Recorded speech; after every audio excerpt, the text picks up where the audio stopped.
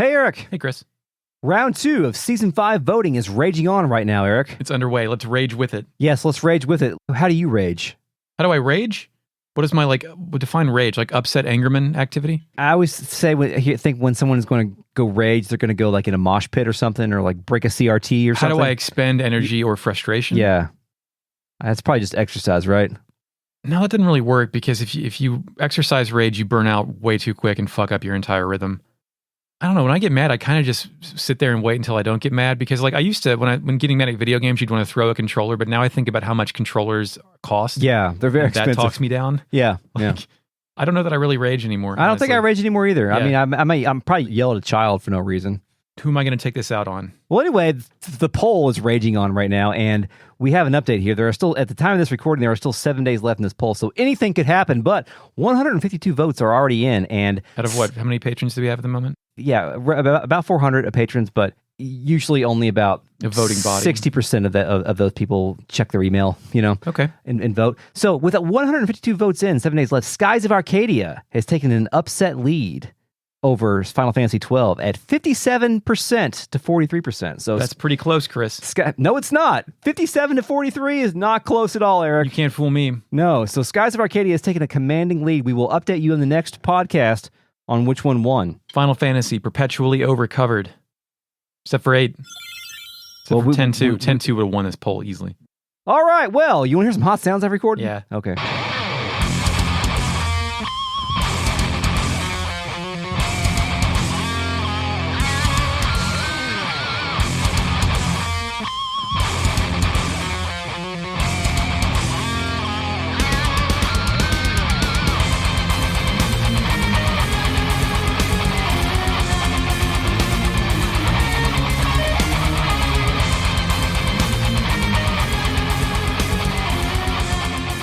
Welcome to Retrograde Amnesia, a comprehensive podcast where we discuss classic Japanese role-playing games, chapter by chapter, beef by beef. My name is Chris, and this is Chris here, who is, welcome back to Season 4, Part 2, Suikoden 2. My name's Chris. I'm joined by Eric. Hello, Eric. You don't know how special it is when Chris says beef by beef. Yeah. I wait for it it's like a once every 40 episodes thing. Yeah, well, We're also joined by the Real Nutty Collective of patrons who are listening to us record live and watching us on YouTube on a private link or something.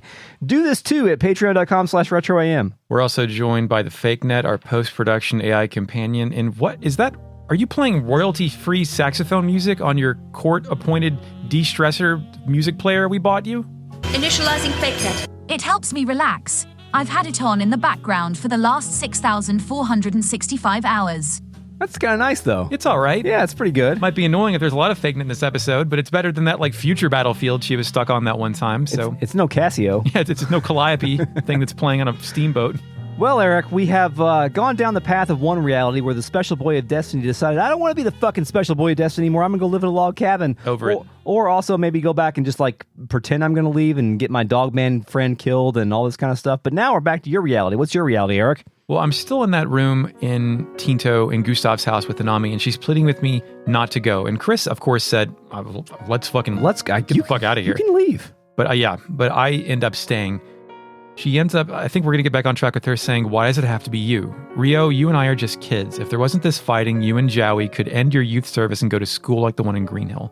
There's no need to worry. I hate it. I hate it, I hate it, I hate it. What happens if you die, Rio? Grandpa Genkaku is gone, Jowie is gone, and yet, we get a choice. I'm sorry, or maybe you're right. Tell Nanami I'm sorry. I love to fight and kill. She makes a strange noise and hits me with dots. The fight and kill thing I ad-libbed there. She turns her back, lowers her head, and her sprite clearly starts to cry.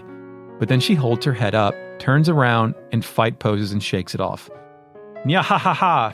Were you surprised? Were you surprised? Liar, L-I-A-R. You're right, you're needed, Rio. You're strong enough to accept it too. Yeah, I'm proud of you. We have to get up early tomorrow. Just thinking of having to quarrel is the first thing in the morning makes me sick, though. Dude, we broke Nanami here. Fighting back all emotions and tears right now. She's trying to kind of reverse gaslight you, being like, oh, you bought my whole sap thing. You passed the test, mister. Yeah. I'm not secretly dying on the inside from this fucking bullshit. Just making sure you're paying attention. She shrugs it off and shuts herself down. I think she's fucked and broken now. The scene is very effective. I don't think we're supposed to bite as the player either. Yeah. Noises, birds chirp. It's the next morning. Nami bursts in and I need to wake up and get sharp. Outskirts of Tinto resumes. We head to Gustav's war room where music tactics plays. Victor says we're early and that Jess and Hauser just left. Klaus dots that, but then some guy runs in and tells Gustav there's trouble. And it's Jess. Sedition plays. And I love the head fake. Tactics was playing like we were really about to have some planning session, but instead, sedition plays because there's some sedating. Yes. Yes. Apparently, Jess is sending his soldiers out to battle. Gustav can't believe this shit, and we all head out. I have control. So, like, Jess just said, fuck the plan. I'm going to go take care of this myself. Me and Hauser. I don't need you. I ask Klaus what's up, but all he has for me is dots. I head outside, and in the center of town, Jess has all his dudes lined up in formation. Jess no-sells that and addresses at Jess's, his squad, because we'll strike from here. The zombies are being controlled by Necklord's magic. Oh, the strange guy magic. Magic confirmed. Yeah. Is that rune magic? Shouldn't it be Necklord's rune? Necklord has a rune. Yeah. No. More on that later. So if Necklord is defeated, the whole enemy will be destroyed at once. I like the logic there, Chris. Yes. Cut off the head, the rest of the body dies. I think the other path said that if we rescued the little girls, then his magic would be lost. Yeah, because he needs to feed off virgins for his power or something. I don't know. I think they just fucked up the localization. Victor perks up with a pretty funny sentence. You know what he says? No. You know where Necklord lives? Yeah, he lives down there on, Nice. down there. 3rd Street. Take a left past the Pizza Hut. Jess delivers as suitably arrogant, of course. Previously, when we were reforming the state army, we had spies all around. There were many who were caught by the Highland army and lost their lives, but they all fought for Muse. One of them found out where Necklord lives. Oh. And I do like the idea of a rogue force for the state out there to kind of rival Rio's group. Yeah. Suikoden 2 doesn't plant enough seeds to really execute on this or pull it off, but it's a neat idea. It does seem like it came out of nowhere. Yeah. A lot of things in this entire scenario seem like they came out of nowhere. Like, I would have loved, like, some random NPC we talked to in Coronet or some shit to talk about, like, a band of people under Jess and Hauser. Yes. Like, if there's a seed somewhere. Maybe there was, maybe we missed it. I doubt it, because it's retrograde amnesia. Maybe they had planned out a scenario where we clashed with them at one point in time, which would have made a lot of this work a lot better. Victor asks Jess an important question. What if it was a mistake? Jess is incensed. This information was brought to Muse by a loyal man who risked death to bring it. The information is not wrong. Victor, who has risked countless lives and done a ton of stupid shit in his time, calls Jess an idiot for risking lives like that. Yes. Jess no-sells that and tells Hauser to give the signal to move out. Hauser, the only black guy in this game, does just that, declaring Necklord their sole target. Mm. As those dudes march out in formation, Ridley approaches Hauser. I'm like, okay, good, a meeting of strongmen. Yes. He compliments the man as a great general of Muse, but suggests that Hauser knows this is too risky. Hauser replies, yeah, but the orders can't be changed. Sad, Chris. Mm. Ridley more or less asks why my guy Hauser recites the rules. Hauser replies, I'm a soldier of Muse. Lady Annabella is no longer alive, and according to Muse law, Lord Jess is acting mayor. Oh. As long as Muse still exists, I will follow the law of Muse. A soldier should not act on personal feelings. War is an exchange of lives, and I will not act as a soldier for other than the reason of law. Chris, is war an exchange of lives? Is that how you define war? Fignet, how do you define war? Initializing FakeNet. A state of armed conflict between different nations or states or different groups within a nation or state. The reciprocal fucking up of motherfuckers. Hauser is not wrong, but he should have been a bit more clear. I don't think war is an exchange of lives. I think fighting might be exchange of lives, like battles inside the war. The battles might be exchange of lives, but the war itself is more. There's more context there. There's geopolitical context. Yeah, Hauser, you need to think about this one more layer deeper, Yeah. buddy. Like an exchange. The perfect sort of facsimile for exchanging lives is the war battle system in Suikoden 1. Oh yeah, Where there's just it's like big fucking rush, little 30% chance. Yeah, just people just getting killed and floating to heaven. So there is a way out of this soldier's dilemma that Suikoden 2 doesn't take. You know all we have to tell Hauser? What's that? Hey man, Muse's existence is debatable considering a magic wolf just sucked all the souls out. Yeah.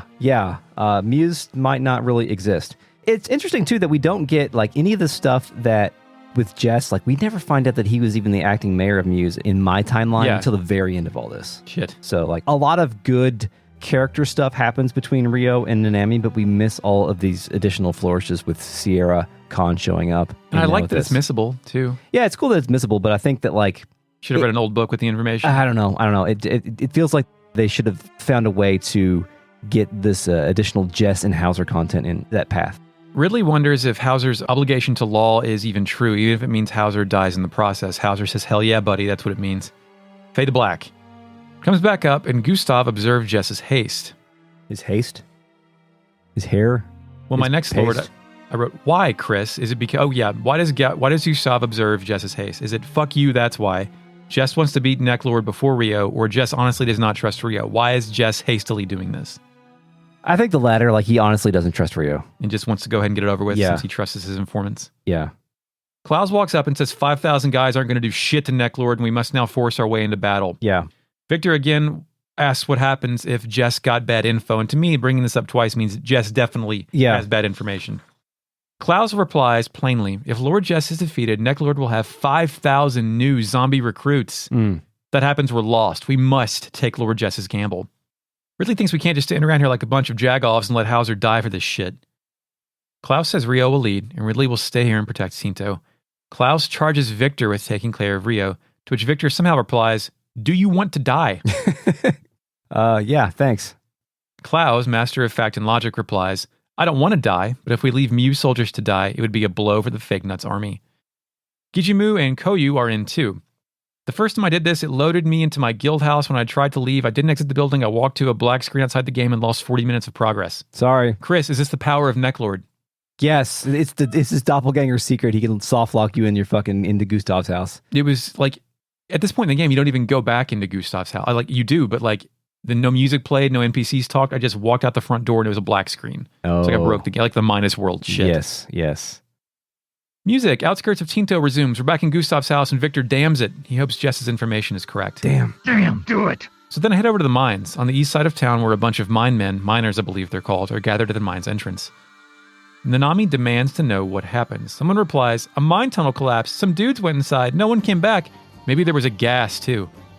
Chris, there could be gas down there. There were snorts down there we heard earlier. Nanami smells something, so we give up on this imminent threat Necklord presents and go check out the mine. Oh, weird. I'm in the mine, music pimped to plays. Pimpa. We travel down a small tunnel and reach an elevator, which we take down. We head into the dark, through the mine, along some rails. Nanami then smells something. She says, ugh, what the fuck is that? Soon, music suspicion plays. And who do we run into in the mine, Chris? Who do you think's down here in your non-canon playthrough? Sierra? Necklord. Necklord. Oh, Necklord's shit. down here. You get an additional encounter with Necklord. Bonus Necklord. Okay. Nanami says, dude, what the fuck? And Necklord replies, there are a number of mine tunnels dug under Tinto. I used one of those to get here. Chris, Necklord has gas confirmed. Yes. That's what the smell is. Necklord continues, that kid named Jess or something was gathering the Muse soldiers. I mixed in a few spies. With a few threats and an offer of money, they cooperated easily. It became even clear that humans are filthy creatures. Their true value doesn't come out until they become corpses. Wow. So he paid off some actual ass humans. They weren't zombies that had like, I'm sure he zombied them later. Well, yeah, I'm sure he zombied them later, but they weren't like, like Muppet Men or something. No, these are just sycophants who like money. Okay. I also love the fucking shade where Necklord says, that guy Jess or something. Yes. Like, that's a really good character moment in a game that doesn't create localized space for many character moments. Yeah. I'm just like dismissively saying, whatever the fuck this dude's name is. Fucking He's going on Nanami can't believe this shit. The Necklord requests that Rio be added to his zombie force. And I'm like, I wish this was a bad ending, dude. Yeah. Like, yeah, dude, suck me off right now. Recruit me into your zombie army and let me like take on the Highland and my own army. Mm-hmm. Like a Red Dead Redemption, Dead and Loving It. What was that expansion called? Zombie Infiltration. It wasn't Dead and Loving It. That was a Dracula spoof with Leslie Nielsen. Hold on, I got this. No Country for Old Dead. No, it was. I can't think of it. You want to ask the fake net? Yeah, that's a fake net. What that was called? Initializing fake net. Red Dead Redemption. Undead Nightmare. Nanami says, fuck that, and now we're 2v1ing Necklord, the Lord of Necks, in battle. Really? Yes. I don't remember any of this shit. But the battle's thrown. We get fucking smoked again. Yeah. Another rigged battle. You haven't solved the science of the Necklord doppelganger secret yet. No, you don't have the Star Dragon sword. Yeah, it's true. Afterward, my dude says we fight well, but he can't waste any more time or someone will deduce all of his plans. He says, I'll show you the power of my rune. The magic requires the blood of 100 people, so be thankful. My moon rune, we sacrifice the blood of 100 people and the lives of 100 people. Now go, Blue Moon Curse, strike his enemies. And he's like, I'm like 100 people. Do you know how many fuckers I've killed? Yeah. Man, yeah. Blood's on my hands. So Necklord finally confirming that he has the access to the moon rune. Yes. Which I believe is one of the 27 true runes. Yes, and it has to be fed the blood of 100 people to operate properly. Nami thinks we need to leave. Necklord counters, it's too late. Those who are still alive cannot escape this curse. Rio is then engulfed in so much black magic that the screen turns black. but then his bright shield rune glows a brilliant shade of green. Oh. Just like it stopped the zombies in my playthrough. A little bit, yeah. It's still accessing some power. Nami screams no, and Necklord cites this as a rejection of the curse of his magic. He's baffled by the true power of our rune. We escape as Necklord raises more zombies out of the dirt. We get our Tinto, outskirts of Tinto place. We exit the mine, and Nami cannot believe some shit, screaming no over and over. The camera pans down and over, revealing Tinto absent of humans and loaded with zombies. Shit. Nami continues, we have to run, have to escape. Rio, let's get the fuck out of here. Music fades, and Rio's sprite then doubles over. My guy takes a knee. A zombie busts out of the nearby ground. Nami takes a knee and vows to protect Rio. She ends up giving him a piggyback ride as it fades to black. Oh, so you still get a piggyback ride even if you choose this ending. Okay. I thought there was a nice, effective display of her true love for her brother. Yes. He sees the bright shield rune clearly gut punched him again, and he's doubled over. Yeah. She gets him out of here. So is perhaps the bright shield rune not necessarily reacting to the undead, but it's more so reacting to the fact that he needs to preserve the hero. Not only that, but it is coming to an impasse with its partner, the Black Shield Rune. Like, Jowy's going through this shit too, because we are not moving in the same direction right now. It's funny that you says Jowy goes through that shit too, because next it cuts to Muse. Oh. And I get a scene similar to the one you got, but not exactly the same. Okay. Silent Room plays, and Jowy stands alone in Annabelle's office. Jowy speaks, "Coo, power, have to hurry." Pilika runs in, misspells Jowy's name, who says Joey, and then asks, "Are you okay? Does it hurt?" Jowy stutters, but reassures Pilika that he's okay. And I'm questioning, hurry for what? Hurry to reunite the runes? I think that is the exact same scene that I got. Oh, it is? Yeah. Okay. Yeah. Crom. Birch hurry. I just, my notes that I took on both these had different dialogue for Jowy, but I could have just shorthanded one. Well, I do remember her saying hurry, I believe, and I don't think Pilika would be privy to the fact that maybe Jowy needs to hurry up and meet with Rio to resolve this rune situation that's boiling right now. Well, she could be a secret genius kid that moved the destiny of plot along with it's true. She hasn't been able to talk for a long time, so. Okay. I go to Crom where birds chirp. Rio's in bed, and Nami, Victor, and Gustav are standing over him. Then Nami speaks. "Don't worry, Rio. You're okay. You're okay. You're okay. Come on. Open your eyes." Abre los ojos. Are we supposed to read anything into Nami's verbal repetition all the time? Is she just trying to wish this true by saying it all 3 times? Yeah, I think maybe it's a combination of that and also her exuberance and spunk that she's always repeating herself. And is she convincing the player, herself, or Rio, or all 3? All 3, but I think mostly herself. She's for most of this game has been trying to hide her denial of all this stuff. Because I was curious if it was that or if the localization was just so fucked. Just make her say it 3. We're not going to translate all this. Just have her say it 3 times. That's her personality thing. I don't know. I feel like maybe they wouldn't have even had time to have that conversation like that. You know what I mean? Yeah. They're probably just I don't know, there's going to be a story Bible. Yeah. I guess there isn't one. I don't know. There definitely was not a story Bible or any. You're right. I don't know. Because Jowy, what's his name? Black Blade Rune or whatever it's called. Yeah. Dark Blade. I don't know. Rio wakes up, rushes out of bed, and looks around the room. We get a choice. What is this place or dots? I ask, what is this place? And Victor's like, bro, we're in Crom. Nami tells Rio he was asleep for 2 whole days. Shit. Gustav says that having Rio safe is more important than anything, but, quote, our Tinto has fallen into the hands of Necklord. Victor says the troops we sent got hit hard. Klaus and Ridley managed to escape, but no one knows where Jess and Hauser are. Gustav also says his daughter Lily is missing, which he damns. Nothing about Lo Wen. No. Victor parties up, music outskirts of Tinto's plays, and we have control. If you speak to Gustav, he says, sniff, Lily, so I immediately leave this man alone in the hotel bedroom. Yes. Leona, Ridley, and Klaus are in the basement. They're both glad I made it home safe. With no available direction or action, I try to leave Crom, just as soon as some guy enters town and stops me in my tracks. Chris, can you predict who it is? Is it Con? It is Con. Yes, Con Marley, our old Castlevania man. He long times no sees us. Fuck it, Bloody Tears plays again. Yeah, let's do it. Victor's like, oh shit, dog, you after Necklord too? Con's response is incredible. Well, something like that. Actually, I'm after a way to seal Necklord's soul. Oh, okay. Victor's like, can I have some clarification, please? Con provides that clarification. I realize that even if I make a holy barrier, and you can smash Necklord's body using the Star Dragon sword, if his soul isn't sealed, he can come back to life. None of this makes any goddamn sense. Yes, I'm going to say, I'm glad we got the explanation, but I'm not sure if that shit passes the smell test, Chris. No. I mean, this is the game inventing why Necklord's back. That's your explanation, right? We fucking didn't seal his soul, idiot. And still no mention of the doppelganger secret. The doppelganger secret was this game, right? It wasn't the last game.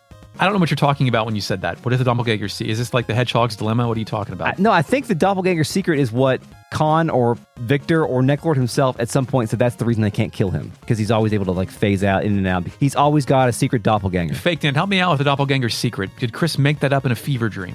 Initializing fake net. The doppelganger secret is a technique first seen in Suikoden, though its existence is only revealed in Suikoden 2. This secret technique allowed Necklord to create a body double of himself. During the Gate Rune War, this meant that the Necklord defeated by Victor and the Star Dragon sword was a double, allowing Necklord to escape safely. It's exactly as Crisp said.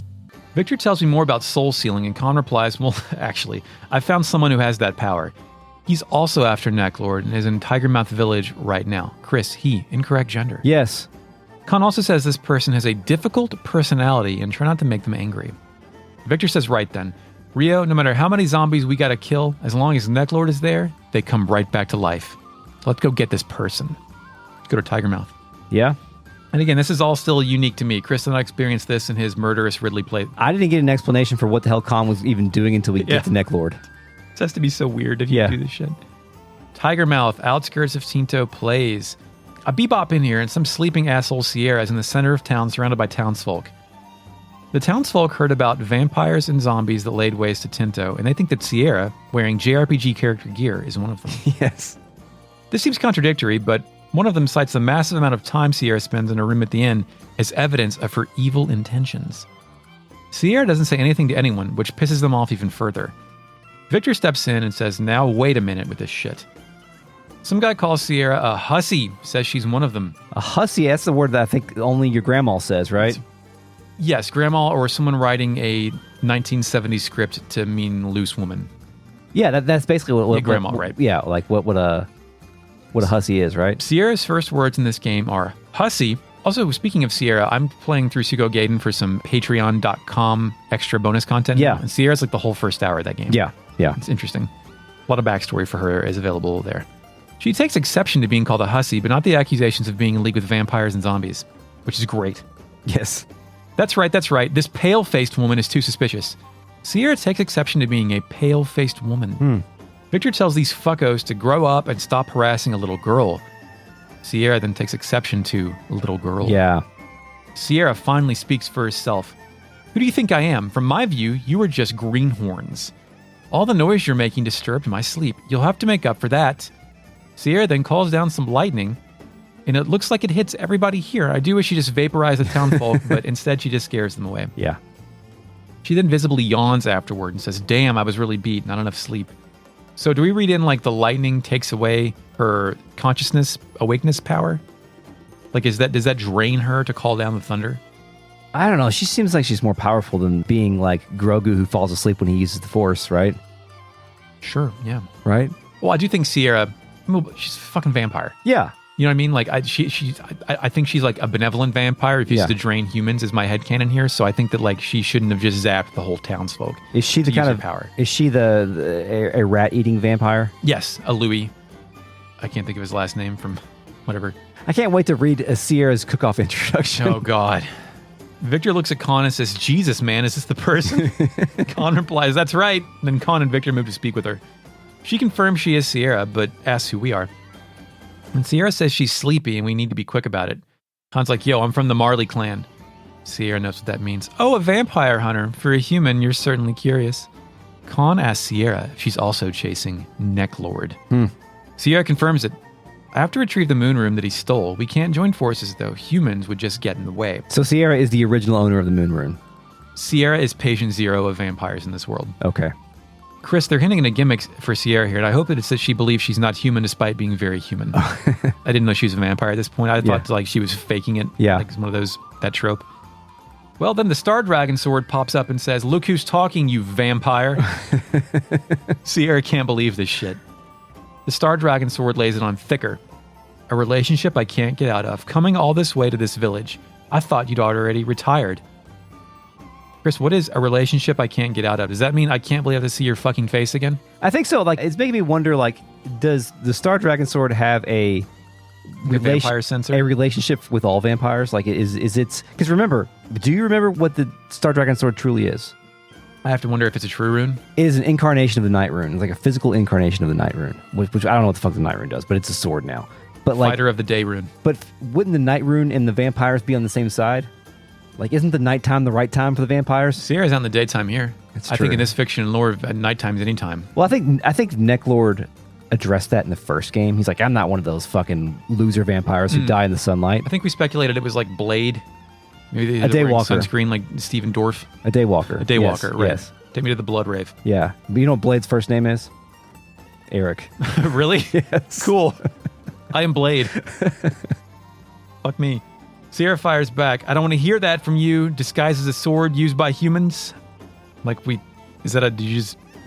you have not done something a better insult than I don't know. Disguised as a sword used by humans? What is the Star Dragon sword's beef with vampires? I think its purpose is to kill them, right? But then vampire, that can't be right. Maybe its purpose is to fight the moon rune. Like that's its opposition rune. It's like Jowie and Maybe not enough Suikodens were made for us to figure this out. Khan no-sells that entire exchange and asks Sierra to join us. She replies, very well, I can try, but if I find that you were slowing me down, I'll take you down as well. For some reason, I get a choice. Let's do it, or just a minute. I say let's do it. Sierra calls me a brave kid, and now we're fighting her. Boss fight? Yes. Shit. I kill her shit completely, and she turns into a flying cat. Okay. And briefly, her eyes cartoon bulge out of her head, like the cartoon cat is surprised at lost. What the fuck is happening? Music, outskirts of Tinto resumes, and she anamorphs back to a person. Okay, good. Sierra says we're pretty good for a human. She asks my name. She says, Rio, all right, I'll let you be my right-hand man. We get a choice. Oh, thank you, or don't fool with me. Don't josh with me. Don't josh with me. We can't do it. No fooling around. I say don't fool with me. Sierra laughs and says she'll take me to where Necklord, the Lord of Necks, is. I'm glad that Sierra, in this scenario as well, also plays the role of like, you people are following me, I'm not following you. Yes. This still had to play out in my scenario. It seems as if Rio is not necessarily needed for this entire scenario to play out. All you need is Khan, and then I guess in your scenario it's assumed Khan already went through this shit with Victor or whoever stayed behind. Yeah, because we are reintroduced to Khan and introduced to Sierra as they come downstairs after having a good night's sleep. Speaking of Khan and Sierra, do they join now? Are we doing that now, or is that later? There is never an official like Khan joins the party or Sierra joins the party, but It's like Amelia. they will. But we still do not have the right or the ability to completely customize their gear and stuff we'll right wait. now. So we can wait. Okay, we'll wait. We're gonna have to do like 8 of them in a row, but that's okay. It'll be fun, right? Yeah, that's always a great sequence. I might die. Yeah. Okay. It's perfect. Crom. Music, outskirts of Tinto plays. Crom Boys plays. I fool with myself. I head back to that fucked up house and meet Klaus on the big rig in the first room. Sierra parties out and looks Klaus over. Music, theme of Temptation, Asian dub mix play. What? We Klaus haven't heard that in a while. Klaus says, who the fuck is this? Victor is lost for words, but Sierra has a response. I am called Sierra. As a woman traveling alone, I was set upon by rogues, and these people here assisted me. Perfect localization. Yes. I was set upon by rogues. Set upon by rogues. Klaus hesitates, takes a step back, and says, oh, that must have been terrible. I love that this is happening to Klaus, of all people. Yeah. Like, for some reason, this is his second story arc after fucking rogue father shit. I don't really know who would be funnier, though. No, this is the funniest possible option. I mean, maybe Flick. Million-year-old vampire to fuck with Klaus. Would Flick be funnier? But Flick already has, like, a weird unwanted love thing. Yeah, that's fucking true. with- And this is Victor's, like, kind of sub-scenario, and Flick can't be here. Right. Sorry, Flick. Yeah. Sierra asks Klaus if he's friends with us, then asks for his name. Klaus says his own name in capital letters, and Sierra starts to move toward Klaus as she says, my, what a nice name. Klaus fully freaks out and runs away, telling the group he has to gather information for Shu. Sierra, though, says Klaus is cute. Victor tells her, don't be tricking promising youngsters. Don't be tricking promising youngsters. That's what they all say. That's what my grandfather told me. What does tricking mean in this context, Chris? Never mind that it's 2 gerunds in a row. What do you think tricking means? Don't be tricking youngsters with promises. Don't be promising youngsters with tricks. Coercing into sex. That's what I think, too. Yeah. In this reality, do vampires get pleasure from sex, do you think? Because in a lot of them, it's like 50-50. Like, they're highly sexual, like, beings, but, like, get no pleasure from fucking. Because their skin is cold. Their skin is cold, and they There's no blood flow. they get their orgasms through blood suck. Orgasms. Yeah. I guess you're right. Fade to black, crickets. At my room, Nanami gives me a see you later. Yeah? Instead of going to bed, though, I run down the hallway. Oh, yeah, who's down there? Nanami is sleeping with Sierra Oh. in a different room. They're separate beds, Yeah. like grandma and grandpa. Yeah. The Nami says, Rio, Joey, don't eat that. She spells Joey, Joei. Yeah, Joey. We're back to Joey. What is it, Rio? What do you require? And we get a choice. This is when I speak to Sierra. Mm-hmm. She asked me what I require. Yeah, what do you require? We can ask her, why do you want to get Necklord, Sierra? Or, no reason. I ask about them necks. She replies, well, the place we live is far away from human villages. We're a race cursed by the moon rune. We're what you call vampires. I just noticed that Sierra's eyes are red. Yeah. He says, but we do not always require human blood. As long as we didn't seek magic power, the spirits of the night gathered by the moon rune were enough to sustain us. But there was one who did the forbidden, Necklord. He stole the moon rune, which belonged to the whole village for his own use. Those left in the village only had two choices: attack the people and drink their blood, or quietly die. Some decided to become vampires, but most just died. It was sad seeing children and everyone die. Then I hated my cursed self. I'm the founder, and hate this self that cannot die. I have to get the moon rune back. We can't let that fiend run free anymore. The souls that were lost, they won't come back. Now you should be satisfied. You go home and rest. Okay, lady. That's some interesting backstory. Yes, and it's much more expounded upon in the visual novel. Mm-hmm. You can also approach Khan above her room and ask him the same goddamn question. What are you doing for Necklord? My guy Khan, he says. Well, let's see. It's revenge for my father and grandfather. No, it's not that anymore. Destroying Necklord has become the reason for my existence. I spent half my life chasing Necklord. All people struggle to find meaning in their own lives. Then one day the answer comes.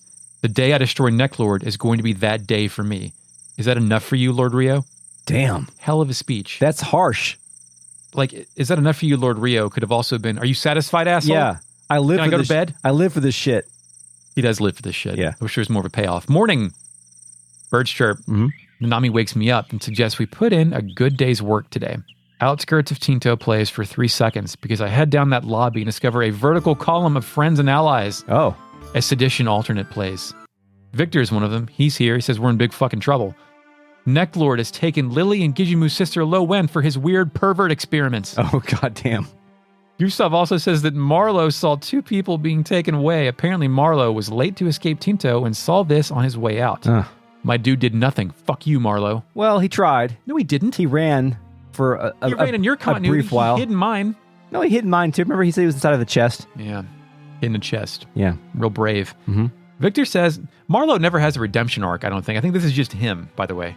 Marlowe has a redemption arc in mine. Okay, good. Yeah. Good. Victor says in any case we have to hurry because you never know what Necklord's going to pull. Ain't that right? You never know what next Necklord might pull. Sierra struts down the stairs and says, it's because you're so slow, you have to be more conscious of the fact that you are all my followers. Sierra's calling everybody slow, but she's been looking for the moon rune for how many hundreds of years? Like, Necklord's had that thing for at least, 30 years, right? A long time. Yeah.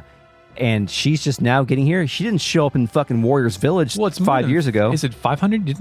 Wasn't Necklord fucking with Ted and he still had Necklord powers? Oh, yeah, that's right. It has been at least 300 years. It's been a long time. Yeah.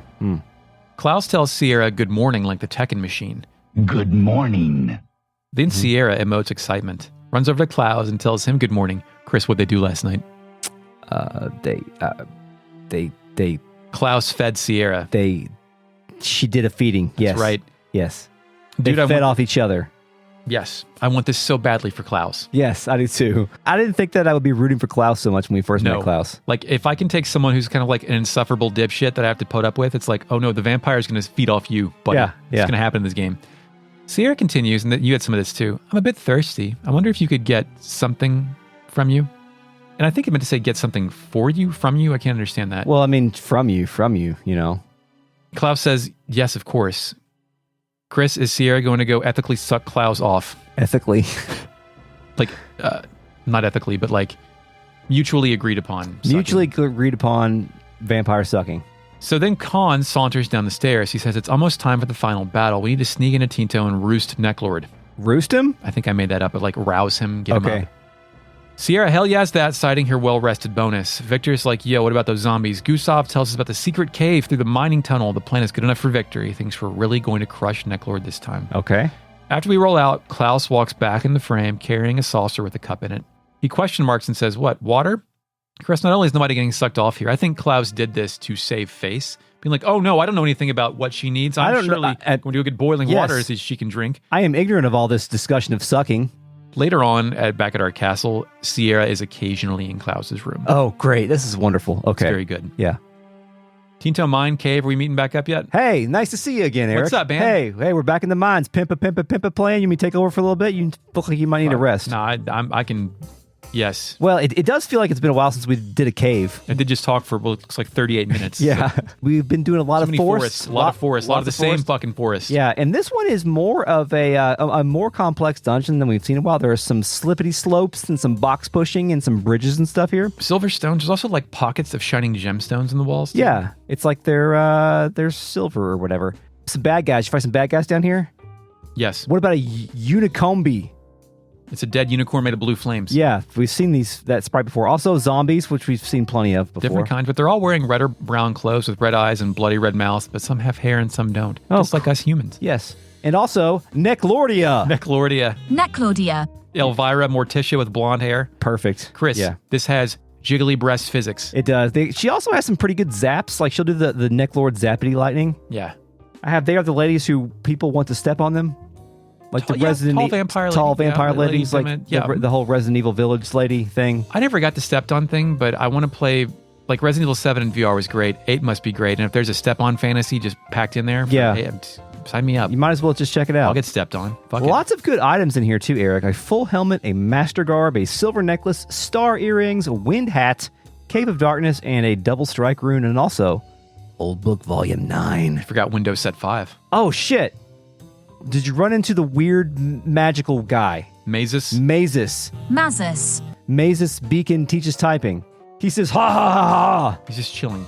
He's just sitting in the fucking... What was the last asshole that was in the cave? Crowley. Yes. Ha ha ha ha, my name is Mazus. I'm a great sorcerer without peer. What am I doing here? You don't understand, do you? I'm letting my thoughts flow in this dark, pure cave. This is indeed the true path to magic. He's doing some Aaron Rodgers shit right now, like sitting in a dark room, letting his mind just wander and wondering if he should re-sign with the Packers or not. It's a sensory deprivation cave? Yes. I speak to him again. He says he's currently not taking apprentices. He says, not here. The time hasn't come. I'll be here meditating for a while. So we cannot recruit this magic man yet. Not now. I liked your Aaron Rodgers analogy, but mine's worse. Yours is much better. But I just put, this is Walden for freaks. Walden? Walden Pond. Thoreau went to just meditate for by himself in the woods. Who's Walden? Walden's a place. What's Walden? It's a book. Fake net, what's Walden? Is this something I should know? Walden, first published in 1854, is a book by American transcendentalist writer Henry David Thoreau. The text is a reflection upon the author's simple living in natural surroundings. The work is part personal declaration of independence, social experiment, voyage of spiritual discovery, satire, and, to some degree, a manual for self-reliance. I know this. This is on the level of not knowing Tears for Fears was a band. Really? I mean, surely, maybe it's because I took 6 English courses in college that I understand what Walden is. You know what? I'm not even sure Thoreau wrote it anymore. Son of a bitch. You've made me cast doubt upon myself. Basically, a guy goes alone in the woods to find himself. Oh, okay. And think about things. Gotcha. So this is Walden for freaks in the zombie cave. Okay, thanks, Eric. You're welcome. Ding noise. Not everyone's a literature shithead. No, sorry. Sierra parties out and tells Victor he has to go first. Victor walks forward and wonders if something is coming out, and then the screen shakes. Yeah. CG cutscene. What the fuck? Where did this come from?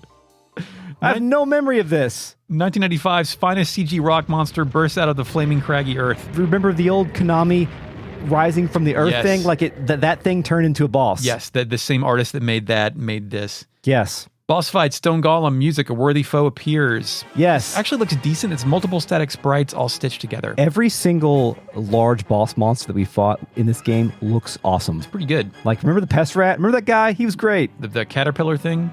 The butterfly? Yeah, the moth thing and the double-headed snake in Alex's backyard. All look great. His chest for a beam attack, like he's like the Matrix of leadership, of Golem leadership. He also has an evil face, but its mouth opens and its eyes bug out when you hit it like it's a punch-out boss. Yeah, good call. He also got like a blast yellow laser column at the whole party. Shards of the earth come up and slam us when he slams the ground. Yeah. Thematically appropriate. I've got a double beat rune on Victor now, and nice. I think I got the Berserk on him, and he's hitting crits for 1.1 thousand. Like, good. Victor's being useful finally. When it's dead, fucking thing falls apart. Falls apart. Falls apart. Was Rio still alive for you? Yes. Because he was for me, and he did his cool Tonfa spin stance. Nice. And looked at me, the player, the divine visitor. After... PM2 resumes. Yes. Sierra says that this gives her the creeps. That Necklord making a stupid trap like that. Stupid trap. Victor seems mad, but Sierra says, you were safe too, weren't you? Yeah, he's like upset. She clearly sent him out there as bait to trigger this thing. He says, psst, damn good. Khan says we should go. It wouldn't be any good to go against Sierra. We exit to a pretty neat traversal interstitial where to get from one cave to another, we walk a plank across a canyon in 2D with a massive canyon wall and mountains parallax. Yeah, it's nice to walk a plank between one and perdition once again. Right. That background that was really detailed, it looked like it was almost digitized, maybe. Like somebody took a photo and digitized it. Oh, yeah, and made it like 16-bit color or something. On the other side, we're in the mines again. There's a lot more scaffolding and elevators out here and whatnot. Yes, this is the first time I'd seen this. I think maybe you'd been here. Where I went to before was about halfway into this mine from the opposite entrance. Okay, gotcha. And then... Yeah, there's just mine dungeons. There's some shit to get. There's like a Cape of Darkness down here somewhere. Yeah. Then I go back to Tinto City. Yeah, we pop out at the mine entrance. Sedition alternate plays. Yes, this place has been sedated. The Nami is glad that we finally came to the ground. That's what she says. Victor wonders where Necklord is, not remembering that there's a church here. Khan says that knowing him, he's using the best place. That's right, the church. Yes. Vampires love churches. He reminds us to watch out for zombies as we search. I try and leave town, but get met with respawning zombie waves everywhere I go. Yeah, these zombies are actually worth more XP than the ones in the dungeon, so you can get a couple levels here. You can get a couple levels, but there's no way to heal yourself anywhere because you can't use the inn and you can't save at the inn either. Oh, well, I guess you didn't bring enough mega medicines or have a water rune on Nanami. Absolutely not. Why would I waste my time? Okay. When we reach the church, Sierra pops out and says that she can feel Necklord is here. I can feel the moon rune. The power of the moon rune. I go inside and inspect the chest of ceremonial cloths. Some fun reading material, tools for priests are here, basket of fruit, theology book, and collection of preachings, but there's no sign of Necklord, Eric. Khan senses a hunter, tells him that Necklord's behind the door here. Is that a sense of a hunter, or can you just hear the vampire playing his fucking organ? There's only one other room in here, so, you know. We get a choice, go in or wait, so let's go. Let's go. This next part is totally different depending on which reality you live in. Shall I or shall you? Let's go with your reality. We'll get back to mine shortly. Yeah, and just tell me if anything's different or the same or whatever. As we enter, Lily is standing on the altar hollering about letting her go back to her father. Lo Wen is also here. She says, "You idiot. If you take me, Lo Wen of Mount Lamp Dragon, my brothers will come to get you." Necklord says, "Ha ha ha ha ha ha ha ha. Someone is coming to help you. Do you really believe that?" Lo Wen says, "Of course." Necklord wonders why she is saying such stupid things, and then he mumbles about humans and whatnot. How humans are dumb and stuff. Then Koyu and Marlowe show up from behind the tabernacle or something. What are those things behind the altar? Organs. Near the Bible. Pipes. Announcing that they are here to help Lo Wen. Lo Wen says Lo Wen. Says her own name. Pokemon. I don't Confirmed. know. Yeah. Marlowe tells Miss Lily that he, Gustav's servant Marlowe, has come to help you, young lady. Lily is like, who? Despite the fact she lives in the same household as this young man. Marlowe sweats. He says, "I am your knight. I am going to help you now, my lady." You don't this is all it's yeah. totally different. Right. Similar characters saying different things. Finally, it pans back down to us. Victor wonders what we should do. I can say that we should go help or we should take a look. Take a look, y'all. Take a look. I want this scene to keep playing out. I want to see what happens. It pans back up, and Necklord wonders if perhaps these dudes are here to destroy him. He's kind of joking about it, though. Marlowe steps forward and says, "That's right. Ready yourself to die, vampire. Now is the time to destroy the demon. I say, ha ha ha." A regular Simon Belmont over here, Chris. Yes. "Die, monster. You don't belong in this world." Except for it's Marlowe and not Marley. That's why it's all fucked up. Lily determines that they must fight, but Marlowe becomes sheepish. Koyu steps forward and says, "You rotten vampire. It was your messing with the 3 lamp dragon bandits that sealed your fate. You're messing with. It was your messing with. You're messing with. You're messing with as a noun. You're messing with. I'm going to chop your head off." Lo Wen tells her brother to get his ass. Necklord says that he can't stay forever to play this child's game. He tells them to stop this nonsense. Stop it. Stop doing this. Then he fires a bunch of lightning bolts out of his arse to scare the fellows back behind the tabernacle or whatever. It pans back down to us, and Victor has determined that things are getting dangerous, so we need to get going. Our group approaches, but Sierra and Con are not here. Tension Alternate. plays. Victor says that he's coming. The Lord of Nex turns around and recognizes him. Victor says, I came dreaming of chopping your head off. I'm not getting up that easily. What? Good Lord, I forgot what the Star Dragon Sword looked like. This is the first time the Star Dragon Sword has spoken in my scenario. His dumb candlestick face says, Vampire! The sin of tricking me is a heavy one! Exclamation point. The sin of tricking me is a heavy one is a great one that I'm also going to incorporate in my daily vernacular. Yes. I'll make you regret it to the depths of your soul. Fuck. Neclord approaches our group and says, You're in good spirits, but are you two forgetting something? I have 2 hostages. He takes a few steps back, and then there's a bit of a shockwave sound as a summoning circle or a runic basketball court centerpiece appears below us, seemingly upsetting our vampire gentleman here. It's like this big runic circle appears below us. It's like yellow and green. Khan comes up from the left. He says, That was a great performance. We're back on track now. Okay. You want to go back to your intro and then meet here? Yeah, okay. Rewind for a second. Lily is at the altar with Lo Wen, portrait character. It's my first time meeting her. Lily wants her dad. Lo Wen calls Necklord an idiot and says, What's this, bride number 70? Catching this little girl? Jesus Christ. Necklord dispels any notion of pedophilia, instead solving the child bride accusation with facts and logic. I am immortal, so until she grows up, I'll keep her by my side and bring her up as a lady. Okay. Lo Wen calls bullshit. Don't say something so disgusting, and besides, why did you capture me too? Am I going to be a bride too? Necklord hits back with a don't be absurd. A vulgar woman like you isn't my taste. Vulgar woman. You're. Lo Wen cuts him off and says, What the hell is so vulgar about me? Chris, I can't marry a woman who uses profanity. I require a child who misses her father instead. Honestly, my first thought was like, somehow Pilica should have been wrapped up in this shit. Yeah. An annoyed Necklord then says, That's the kind of thing I'm saying is so vulgar. For God's sake. Because like they're having just like a little petty argument about vulgarity here. Suspicion plays, and Victor announces he's coming in. Necklord can't believe this shit, that Victor himself defeated the stone golem. Victor goes on, Shut up, don't talk like that. When I think about defeating you, I'm so happy I get shivers. What? Necklord strikes back. You think you can defeat me with that blunt sword? Blunt sword is a great insult pun here. I actually think it's pretty funny. Yeah. The shitty sword you brought. Yeah. Star Dragon Sword speaks. Vampire, the punishment for teasing me is a heavy one. I'll make you regret it to the depths of your soul. Wasn't that something similar? I had tricking, but Teasing, tricking. Who can say what we're doing to a Star Dragon Sword? What is a trick but not a tease? What is a trick if not a tease? Tricking listening. What is a tease if not a trick? Victor hops in and boys his boy. Necklord is undaunted. Victor and Rio, I will take you both to the other world. Oh, is that hell? I think it's from Chrono Cross. Oh, okay. It's also from like the original dub of Dragon Ball when they didn't want to say hell. Otherworld. Or die. It's also I'll send you to the next dimension. It's also in the TV cartoon Doug after he committed suicide. Shit! Doug committed suicide? I just made that, I don't know. I believed you. Of course, I expect to make good use of your corpses. Victor wants to wipe that smile off Necklord's face. Says, I'll chop... Oh, God damn. Okay, you ready for this shit? Yeah. Actually, no. Do you have a good Victor?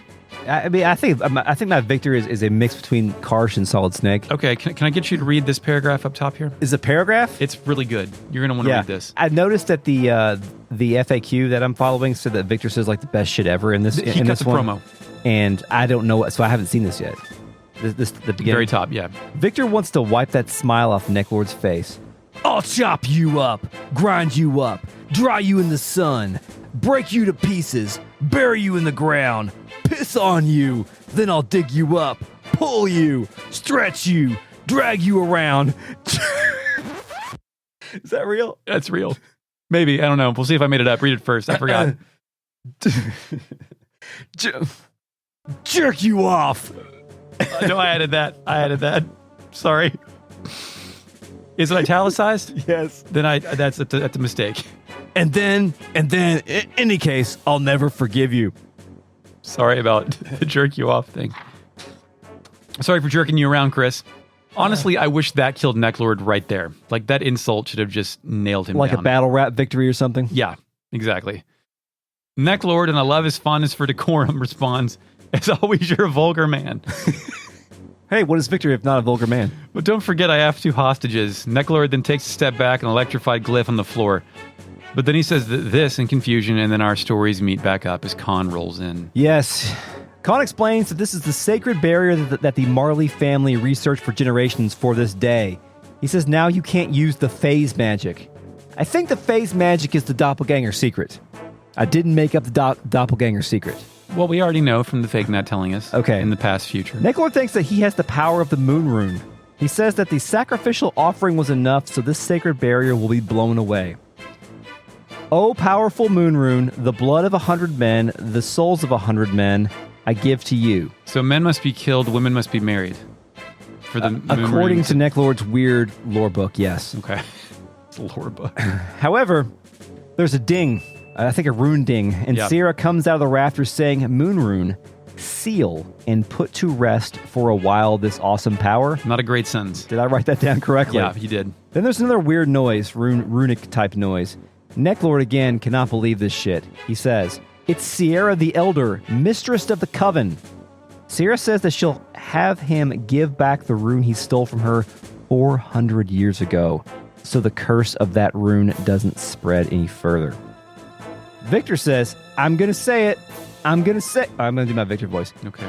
I'm going to say it. I'm going to say it. Hey, Necklord, it's time to cash in your chips. Ah, how long I've been waiting for this moment. Chris, are casinos and gambling confirmed in Suikoden world? Well, the piss game, we roll dice, right? Are there chips for that? No, it's just potch. All right. And bits. Okay, potch and bits. Victor draws his sword while Necklord says, you scum, I'm not going to be defeated now. Me, I'm going to live forever. And I wish the Star Dragon sword also got in on this fucking insult battle that was about... Yeah, the Star Dragon sword did not bring as much game in this game as he did in the last game. It's a lot of game. Gothic Necklord plays, and holy shit does this hit hard. This is a Castlevania-esque song, isn't Yes. it? Like, it's really good. I forgot about this song. The battlefield is also, like, the glyph that Khan and Sierra summoned or whatever is on the battlefield that we're fighting. Did you notice what's in the background here? What? There is a Bible on top of the pedestal, and it has a cross on it. Hell yeah. Jesus confirmed. Yes. Jesus is here. I want the Lord to just come into one game. I fucking kicked his ass. Oh, it was tough for me, man. I had to actually fight him twice because I accidentally pressed the reset button instead of pause on my emulator, so I had to go back and do this again. Oh, I feel so bad for you not using memory cards for this video. And I killed him in one turn both times, though. Jesus. Chris is overpowered.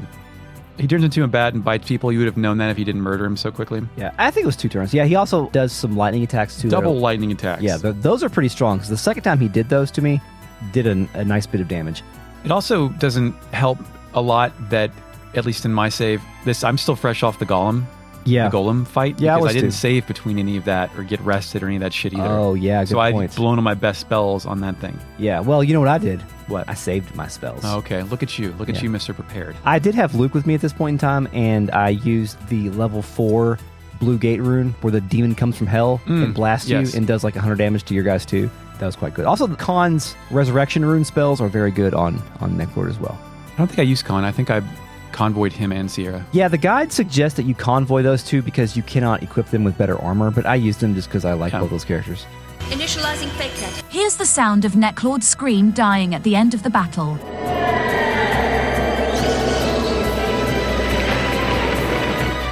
After the battle, Necklord once again calls us scum. I'm like, is that how you got scum again? Yeah. Oh, we didn't point out that he has a really cool death animation where he prostrates himself and shreds himself into a broken mirror, a million shards of light.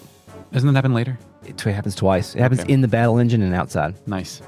Necklord zaps and turns his back on our dudes. He's trying to escape, but it's not working. Then Khan gets on the mic. Yeah, I'm sure Necklord's sweating too when he's trying to do this. Yeah, he's starting to realize that shit's about to get real.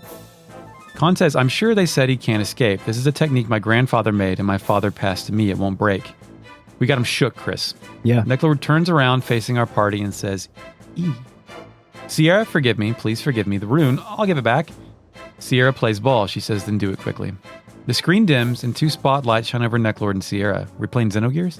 No, do you remember? This is the same kind of animations that occurred when Ted transferred the Soul Eater. Oh, okay. Yeah, like they were really consistent across the 2 games with that. We also get a nice glimpse of what the moon rune looks like. It's a crescent moon that appears over Necklord's light. Then it fades out and fades back in over Sierra. The transfer is complete. File's done. File's done. Sierra announces her work is finished and tells Victor, do what you want with him. Necklord sad emotes and realizes his impending doom as Victor steps forward and cuts another promo. Yeah. My family, my friends, the people who are important to me, killed by you. That's not all.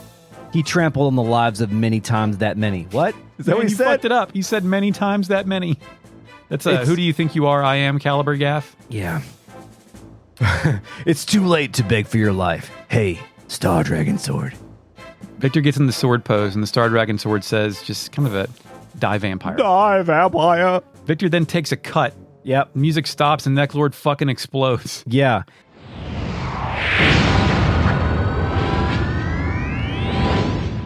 His explosions look like Soul Eater spells, kind of. A little bit. Like black domes of energy.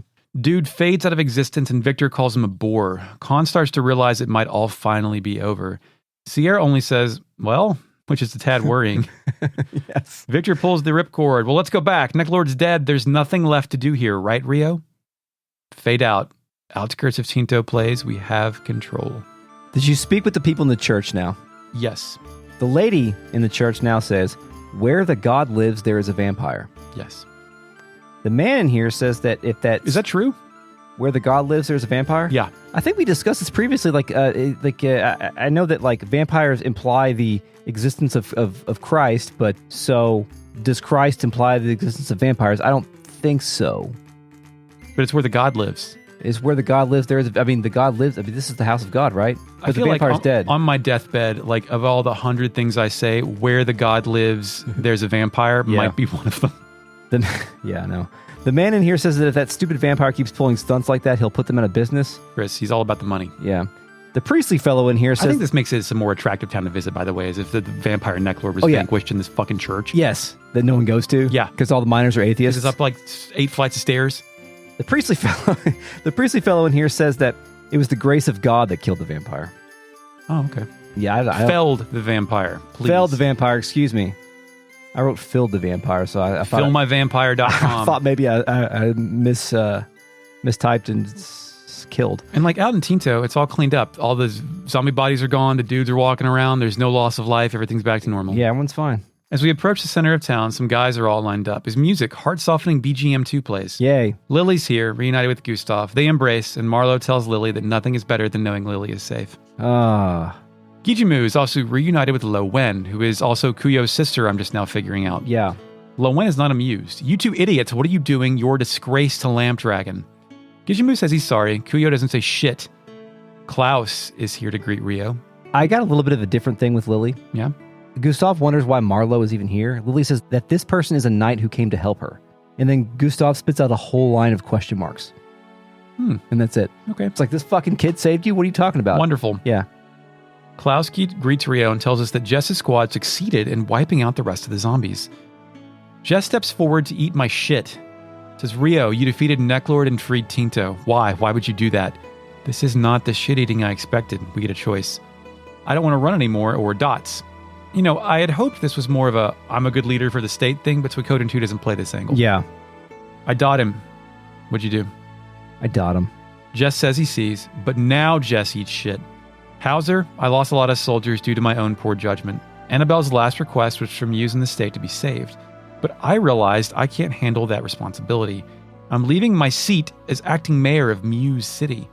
Under Muse law, the next acting mayor will be Fitcher. I hear Fitcher is in the Fake Nuts army now. You can join the Fake Nuts army too. Hauser asks Jess what he's going to do. Jess turns his back to Hauser and says he can't stay here. I'm like in Tinto? No shit, dude. You don't live here. Hauser gives his boy a pep talk, though. Lord Jess, let me say to you as a friend who fought next to you, you should also fight again under the Fake Nuts army. I want to be like, did I invite either one of you? No, but you know, having the 5,000 guys, the Muse government under our wing would be helpful. Yeah, I guess it's better than nothing. Also, a bit of a correction. I did not dot him. I said I don't want to run away anymore, which I assume was not an option for you. It was. Oh, it was. Okay. It was. I don't want to run any more dots. Okay, it was all the same. Lord Rio and you were aiming for the same goal. You shouldn't part company for such a silly reason. And I'm like, silly reason? He said I was a bad guy. We get a choice. Let's fight together, or I won't fight together. Let's fight together. Let's do it. Jess replies, let me ask just one thing. Think back. Lady Annabelle, she liked you a lot. She was happy that Gankaku's son showed up looking so brave. Are you sure you're not betraying her faith in you? And I wish an option was what the fuck you. Yes. Like, I imagine bottles smashing in the background after Jess says shit like that, Yeah. right? Like, people are ready to fight him again. We get a choice. I'm not betraying anyone, or I can't tell you that. I told him I'm not betraying anyone. He dots it. Yep. Both Jess and Hauser then step up to Rio. I believed Annabelle, and until today I've been fighting for Muse in that city-state. My anger at losing Lady Annabelle may have been turned at you. May have. Come on, man. Stop acting and apologize. Yes, stop being a dick. A surly dick face. Now that Annabelle is gone, I have to live by my conscience. Lord Rio, I'm sorry for any disrespect. I may have shown. May have is doing I'm some sorry, heavy lifting, dude. I'm sorry if I offended you. If I offended you. Will you let me fight with you? Hauser says Jess's name and it fades to black. Hauser, Sierra, Jess, Gijimu, Lowen, Koyu, Marlo, and Khan all join, and we'll join them in the next episode of Retro Made Amgresia. Yeah! We'll do all those profiles right there in a row. And then I'm going to sit there for the rest of the episode while Eric does the rest. That's I'll be right. tired. No, I can't, because the next thing I've got is fucking the Hi-Yo finale. Never mind. Let's consult the RealNet. Let's do that. Initializing RealNet. Hello, RealNet. Mr. Slike says, each of the true runes pull for worldly influence and or conflict. That's why so many world events revolve around true runes. Some require it, some feed off of it, some specifically work by avoiding it, but they all end up causing turmoil and pain to those who have them. They are more a burden than a boon. Some literally operate by killing the host. I like that. Like, that's not...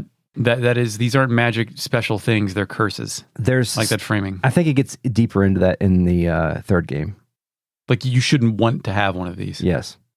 Grace One Deer says, yes, we can kill Xenosaga. I mean, look at how the Star Dragon sword treats Victor. Like, it's just angry that that it doesn't have power. That it can't embed itself in Victor and ruin him. That's true. Panda Pajama says they failed to kill Necklord for good once before. What's the chance that their assumptions will stand this time? I don't know. Last time we didn't have another vampire and a Belmont. Mr. Slike wonders if Hauser was added as a last-minute character to make sure the game had 108 characters, because there's not like much there with Hauser. Yeah, there's really nothing to him, just like a loyal soldier. At some point, Mr. Slike's wife heard that us talking and said that he needs to log off. Yeah, I can understand that. Yes, apologies. What are you doing with your weird internet friends? Turn that off, please. My wife generally has good taste, but there's about 20% of podcasts she listens to where I have to be in a separate room. So I get it. Yeah. My wife doesn't listen to podcasts, but she does watch all those like medical dramas. Doctors fucking doctors. Yeah, all those things. Blueberry says a child calls Gene a hussy in Suikoden 5. That's great. Eric Van says Sierra just wanted to vibe. She kind of did. Like, she's very placid about her obligations. Like, it's more of just like a normal day at work for her, even though it's this thing she's looked forward to for 400 years. Shy Guy 32 says, fly me to the moon and let me kick its fucking ass. Let me show it what I just learned in my moon jujitsu class. That's good. Yeah. Great. What, limerick? Squeak says, Sierra's just thirsty, that's all. 7-8 says, the whole reason that Anne Rice vampires are so horny all the time is because they cannot fuck no matter how much they want to. They're like a metaphor for Catholicism. It's a metaphor for something. So they're incels. Yeah, I mean, it is involuntary, right? Yeah. Good job. It's reframed all of Anne Rice's vampire fiction. Grace One Deer says, can't we just send in someone with no neck to fight Necklord? It's good. Good. Yeah. Mr. Slike replies to that and says, Bolgan. Bolgan, Scott Steiner, anyone you want, throw them in there. Shy Guy 32 says, Otherworld is the metal song at the start of Final Fantasy X. It's true. When I first heard that, I could have sworn it was Static X. It wasn't. Yeah. But I was really into Static X at that point. I was like, oh my God, Wayne Static's in a fucking Final Fantasy game. Like, at that point, like, I think Static X was my only vector to the Cookie Monster voice that pervades most metal, growling. Yeah. Okay, I don't know what this is. I'm going to read it, though. Shy Guy 32 says, they say all men are created equal, but you look at Victor and you look at Necklord and you can see that this statement is not true. See, normally if you go one-on-one with another true rune, you get a 50-50 chance of winning, but Victor is a genetic freak and he's not normal. So, you got a 25% chance at best to beat him. And when you add the Star Dragon sword to the mix, the chances of winning drastically go down. See, the three-way at sacrifice got you 33 1/3 chance of winning, but Victor got a 66 2/3 chance of winning because Star Dragon sword knows it can't beat Victor and it's not even going to try. So, Necklord, you take your 33 1/3 chance minus Victor's 66 2/3 chance minus Victor's 25% chance, and you get an 8 1/3 chance of winning at sacrifice. But then you take Victor's 75% chance of winning if they was to go 1-on-1 and add 66 2/3. Victor's got a 144 2/3 chance of winning at Sacrifice. Necklord, the numbers don't lie and they spell disaster for you at Sacrifice. I think that is a wrestling promo adapted with some really specifics. It couldn't, maybe I'm way off, but the genetic freak line, again, tapped me off to Scott Steiner. Yeah. I think that is adapted, adapted. I think that something. I think that is a Scott, specifically the Scott Steiner. That's thing. weird. I just said Scott Steiner. Like, that's the first no-neck guy I could think of. Yeah, weird. See, normally if you go 1-on-1 with another wrestler, you got a 50-50 chance of winning. But I'm a genetic freak, and I'm not normal. So you got a 25% at best at beating me. And then you add Kurt Angle to the mix, your chances of winning drastically go down. See, the three-way at Sacrifice, you got a 33 1/3 chance of winning. But I got a 66 2/3 chance of winning because Kurt Angle knows he can't beat me, and he's not even going to try. So, Samoa Joe, you take your 33 1/3 chance minus my 25% chance, and you got an 8 1/3 chance of winning at Sacrifice. But then you take my 75% chance of winning, if we used to go 1-on-1, and then add 66 2/3%, I got 141 2/3 chance of winning at Sacrifice. See, Joe, the numbers don't lie, and they spell disaster for you at Sacrifice. You're on the same wavelength as Shy Guy 32 tonight. I drove by his Shoney's when I was in Georgia. Shit. Scott Steiner owns a Shoney's? He owns a Shoney's in Georgia. In like Dalton or something. Shy Guy 32 wonders how many deathbed sentences does Eric have at this point? You got a lot. I mean, it is a pool of 100 that I'm going to like pull from. I mean, ideally you want Do Not Grieve for Soon I'll Be One with the Matrix. Like that's the one you want to come out, but who knows? It'll probably be like Get Off Me or something. Okay, well, thanks, RealNet, for joining us tonight. We had a great time reading your comments and listening to your fun jokes. This episode has been a production of Retrograde Amnesia, recorded on March 9th, 2023. Find us on Twitter at RetroAmnesiaPod. Email the podcast at podcast@retrogradeamnesia.com.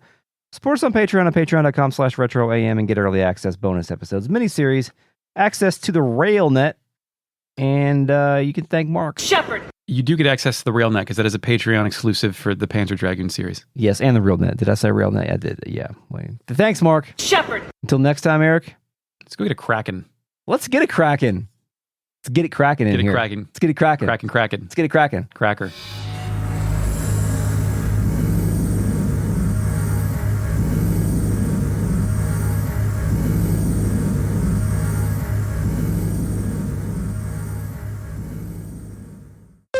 The mom continues. That's right.